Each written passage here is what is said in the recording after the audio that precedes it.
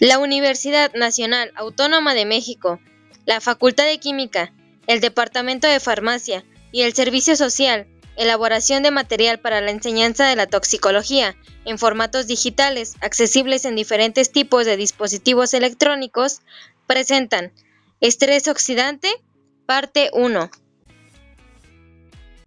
En este primer video se abordarán temas como ¿qué es el estrés oxidante? ¿Por qué sucede el estrés oxidante? ¿Cuáles son las consecuencias del estrés oxidante? ¿Y quiénes intervienen en el estrés oxidante?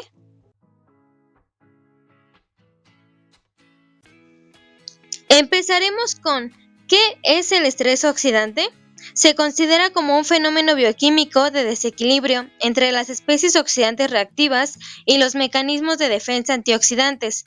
Cabe mencionar que dentro de las especies oxidantes reactivas encontramos a los radicales libres y a los no radicales libres.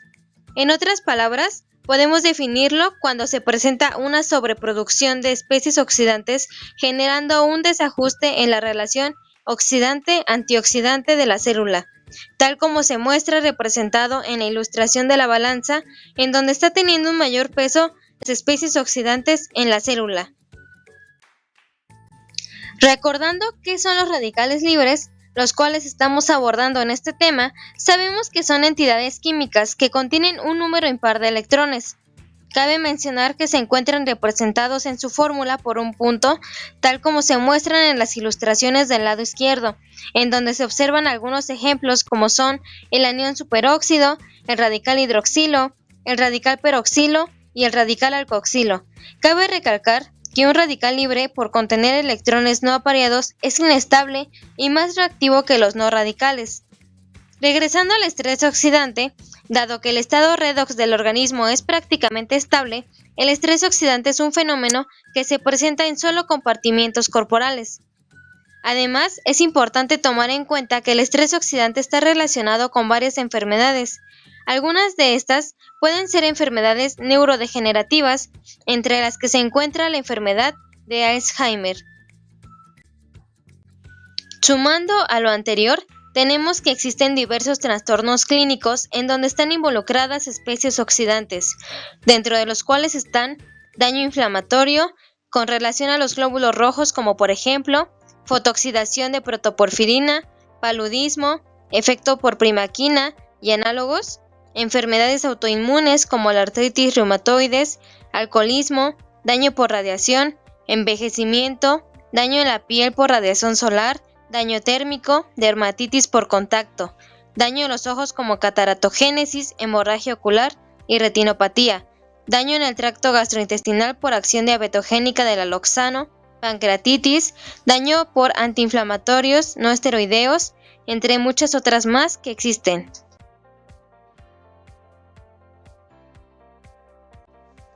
Ahora hablaremos de por qué sucede el estrés oxidante. En esta sección lo dividiremos en tres, en causas a nivel celular, en factores endógenos y en factores exógenos. En el caso de las causas del estrés oxidante a nivel celular, tenemos tres alteraciones intracelulares que de forma directa ocasionan el estrés oxidante, las cuales son producción incrementada de radicales libres, de modo que hay una sobreproducción de especies oxidantes como el peróxido de hidrógeno, y de radicales libres como el anión superóxido. Lo anterior es producto de otros desajustes celulares, como la activación incrementada de leucocitos, alteraciones en el metabolismo del ácido araquidónico o una perturbación del transporte de electrones en mitocondrias. Otra alteración intracelular es la descompartimentación de los complejos iónicos presentes en algunas macromoléculas de importancia biológica, tal como se muestran en el diagrama a la hemoglobina, mioglobina, ferritina y transferrina. La tercera alteración intracelular es la modificación de las defensas contra radicales libres. Esto es debido a cambios en las concentraciones de antioxidantes. Cabe mencionar que a nivel celular, aparte de las especies reactivas de oxígeno, también conocidas por las siglas ROS, provenientes del exterior, las mitocondrias aportan la fracción más importante de ROS intracelular. Las ROS afectan a factores de transcripción como el factor nuclear de transcripción o NRF2, factor nuclear potenciador de las cadenas ligeras kappa de las células B activadas, o NF-κB, y o a la proteína activadora 1 o AP1, quienes al interaccionar con el ADN provocan la activación de genes que codifica para las enzimas antioxidantes y las de biotransformación, ya sean de fase 1 o 2. Todo esto para tratar de neutralizar a las especies ROS. Otros factores que favorecen al estrés oxidante en humanos son los factores endógenos y los factores exógenos. Dentro de los factores endógenos tenemos principalmente la vida sedentaria, el ejercicio físico exhaustivo, los procesos inflamatorios crónicos, cáncer, estrés psicológico, muerte celular e isquemia. Por otro lado, tenemos a los factores exógenos, en los que se encuentran alimentos, por ejemplo, las dietas ricas en proteínas y lípidos, genobióticos prooxidantes y bebidas como café y alcohol, contaminantes como el humo del cigarro, hidrocarburos, plaguicidas y exposición ocupacional a metales o asbestos, fármacos como anticancerígenos, radiaciones como son la radiación ionizante, radiación ultravioleta o microondas, absorbentes dérmicos como los pigmentadores. Ahora pasaremos a hablar de cuáles son las consecuencias del estrés oxidante, las cuales las abordaremos respecto al daño oxidante al ADN, la peroxidación de lípidos y el daño oxidante a azúcares y proteínas. Empezando con el daño oxidante al ADN, tenemos que en un primer plano, el daño se presenta en las bases nitrogenadas, siendo el ejemplo más mencionado en la literatura la 8-oxoguanosina, ya que es la más estable, por lo que permite su cuantificación plasmática. Tomando este ejemplo, tenemos que considerar que la guanina es una base nitrogenada fácil de oxidar, siendo uno de sus productos la 8-hidroxiguanosina, sumando a lo anterior que los radicales hidroxilo tienen la capacidad de reaccionar con las bases nitrogenadas del ADN. En un segundo plano, es importante mencionar que el daño oxidante al ADN puede activar a los protoncogenes, con las implicaciones que sobre la reproducción celular se vayan a presentar. En un tercer nivel de daño, los ROS activan a la poli-ADP ribosa sintetasa, una enzima que polimeriza los residuos de ADP ribosa del NAT. Estos eventos están asociados con la disminución del NADPH, así como la elevación intracelular del ion calcio, lo que desencadena alteraciones celulares. Refiriéndonos al daño al sistema de transporte del ion calcio, se desencadena una incapacidad para mantener concentraciones intracelulares del ion calcio, además de la estimulación de proteasas. En el caso de la escisión de hebras, se desencadena a partir de la activación de la poli-ADP ribosa sintetasa antes mencionada, la incapacidad para mantener la compartimentalización del ion hierro intracelular.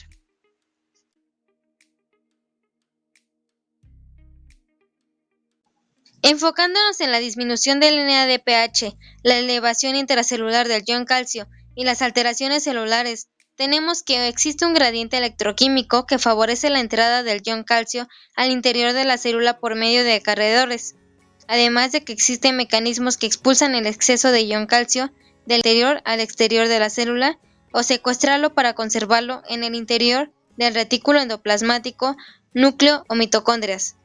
La importancia del ion calcio es que opera como un biosensor para el funcionamiento de varias hormonas y factores de crecimiento. En cuanto al incremento del ion calcio citosólico, provoca alteraciones en las membranas celulares aisladas, lo cual parece estar asociado a daños por isquemia y muerte celular. Cabe mencionar que el ion calcio actúa como segundo mensajero en la regulación de varias funciones intracelulares. Por ejemplo, cuando la concentración intracelular del ion calcio se incrementa, se altera la organización del citoesqueleto como resultado de la disociación de microfilamentos de actina y la activación de fosfolipasas y proteasas. Otro daño que genera el estrés oxidante es el daño de los lípidos membranales, pues son vulnerables a la oxidación debido a la presencia de dobles enlaces en sus estructuras. Los ácidos grasos poliinsaturados, que predominantemente se ubican en las membranas celulares, son susceptibles al ataque de los radicales libres, Cuando los radicales hidroxilo se forman cerca de la membrana, son capaces de extraer átomos de hidrógeno de los fosfolípidos que la componen. Después de esta reacción, aunque el hidróxido original se ha inactivado, se forma un radical lipídico, el que después de un rearreglo molecular puede reaccionar con el oxígeno para originar el radical peroxilo. Este puede reaccionar con otros ácidos grasos de la membrana formando más radicales lipídicos, mientras que él mismo se transforma en hidroperóxido, el que en presencia de varios complejos metálicos puede descomponerse en más radicales. Las consecuencias de la peroxidación de lípidos son pérdida de ácidos grasos poliinsaturados, disminución de la fluidez lipídica, permeabilidad alterada de la membrana, efectos en las enzimas asociadas a las membranas, transporte iónico alterado, generación de metabolitos citotóxicos de hidroperóxidos liposolubles, liberación de material desde compartimientos subcelulares, por ejemplo, las enzimas en los lisosomas.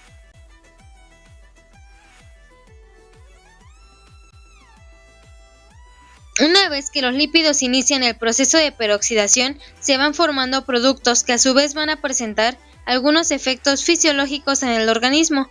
Algunos de estos trastornos son peróxidos liposolubles, los cuales estimulan la síntesis de prostaglandinas, activan a la ciclooxigenasa y afectan el crecimiento celular. Ácidos epóxidos, que afectan la secreción de hormonas. Alquenal 4-hidroxilos, por ejemplo, el 4-hidroxinonenal. Estos afectan las actividades de la adenilciclasa y fosfolipasa C, reducen el crecimiento y promueven la diferenciación celular, inhiben la agregación de plaquetas, bloquean la acción de macrófagos y bloquean a grupostioles. Cabe recalcar que los efectos toxicológicos que ocasionan los productos de la peroxidación de lípidos no se deben a que presenten un comportamiento de especies oxidantes reactivas, sino a intermediarios reactivos de naturaleza electrofílica, por lo que van a reaccionar con especies nucleofílicas presentes en el organismo, tales como el glutatión, bases nitrogenadas, proteínas y azúcares. Ahora hablaremos del daño oxidante a azúcares. En este caso, los monosacáridos, particularmente las aldosas, llegan a oxidarse en presencia de trazas de metales de transición, generando radicales libres, peróxido de hidrógeno y compuestos dicarbonílicos. La glucosa se considera tóxica en virtud de su capacidad para comportarse como un aldehído, por lo que podría reaccionar con los nucleófilos de las proteínas. Las bases de Schiff así formadas se rearreglan para formar compuestos más estables, conocidos como productos de Amadori. Toda esa transformación es denominada reacción de Maillard. Dichos productos están implicados en alteraciones vasculares que se presentan en la diabetes mellitus. Es importante enfatizar que los productos de Amadori se pueden oxidar formando los productos avanzados de glicación final o también conocidos por sus siglas en inglés como AGEs. Las reacciones oxidativas que forman a los productos avanzados de glicación final pueden ser aceleradas significativamente por metales de transición como el cobre y el hierro. Cabe mencionar que estos productos tienen una gran importancia médica y biológica, ya que se han implicado en varias patologías como la diabetes mellitus, caracterizada por hiperglicemia, que se asocia con complicaciones como retinopatía y neuropatía. Es importante hacer mención que aunque en todos los humanos se lleva a cabo la reacción del aldehído del azúcar con los grupos amino de las lisinas de las proteínas, esta reacción es reversible. En el caso de las personas diabéticas, por la hiperglicemia, el equilibrio de la reacción se favorece hacia los productos.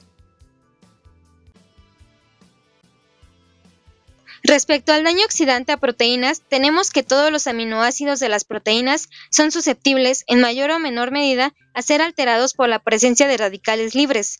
El radical hidroxilo es muy reactivo con las proteínas y puede causar modificaciones en casi todos los residuos de aminoácidos, pero en particular ataca la tirosina, fenilalanina, triptófano, histidina, metionina y cisteína. Dichas modificaciones pueden ser en la estructura terciaria o secundaria. El radical ya mencionado forma entrecruzamientos de tipo covalente e induce la fragmentación de la cadena polipeptídica, lo que se traduce en una pérdida de la función o en mayor susceptibilidad a las enzimas proteolíticas. El daño a las proteínas se pueden dar por su interacción directa con los radicales libres, por su interacción con los aldehídos producidos en la peroxidación de lípidos o en la oxidación de monosacáridos. Tales daños pueden producir cambios en la actividad enzimática, alteraciones en las membranas, enlaces cruzados entre receptores proteicos. En esta sección hablaremos de quiénes intervienen en el estrés oxidante. En general vamos a considerar tres: el oxígeno, el cual juega un papel central en la presentación de estrés oxidante; los antioxidantes, los cuales son sustancias que en concentraciones menores comparadas con el sustrato oxidable, detienen o previenen significativamente la oxidación de dicho sustrato. Los antioxidantes pueden ser de origen natural o sintético. Y las especies reactivas de oxígeno, que se presentan con átomos de oxígeno o con átomos de nitrógeno.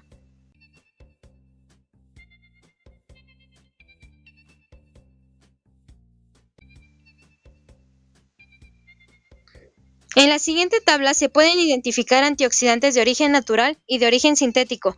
Dentro de los antioxidantes de origen natural encontramos a la superóxido dismutasa, el alfa-tocoferol, ácido lipoico, vitamina C, adenosina, transferrina, lactoferrina, glutatión, carotenoides, flavonoides y desferrioxamina.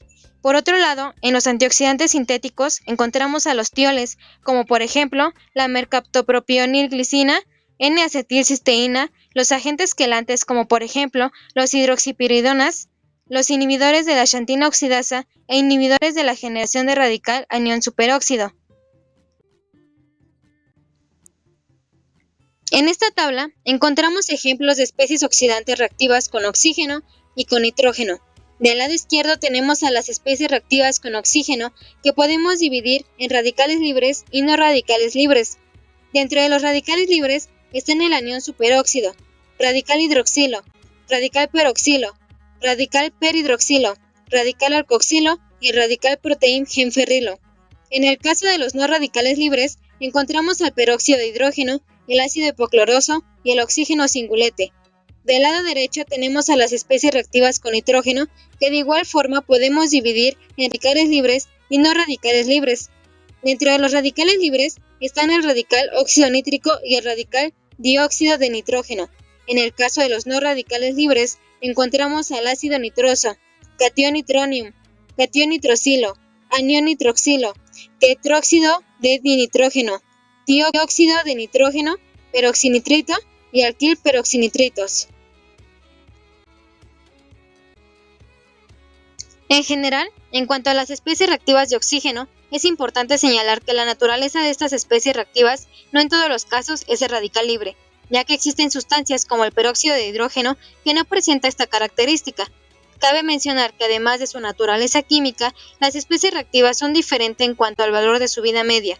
Por ejemplo, el peróxido de hidrógeno, los hidroxiperóxidos orgánicos y el ácido hipocloroso presentan tiempos de vida media del orden de minutos, el radical peroxilo y el óxido nítrico del orden de segundos, el anión superóxido, el oxígeno singulete y los radicales alcoxilo del orden de microsegundos y el radical hidroxilo del orden de nanosegundos. Sumando a lo anterior, las especies reactivas de oxígeno con carácter de radical libre son altamente reactivas debido a que presentan un número disparejo de electrones. Otro punto a resaltar es que el primer radical libre, que se forma por reducción del oxígeno molecular, es el anión superóxido a través de la superóxido dismutasa mitocondrial. Se convierte en peróxido de hidrógeno, el cual se transforma en el radical hidroxilo. Además, la fuente de especies reactivas de oxígeno se encuentra en los componentes de la cadena de transporte electrónico.